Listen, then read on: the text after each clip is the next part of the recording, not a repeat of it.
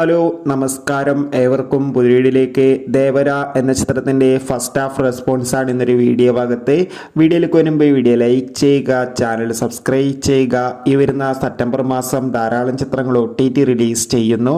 Channel പരിശോധിച്ചാൽ നിങ്ങൾക്ക് കാണാൻ വേണ്ടി സാധിക്കുന്നതായിരിക്കും.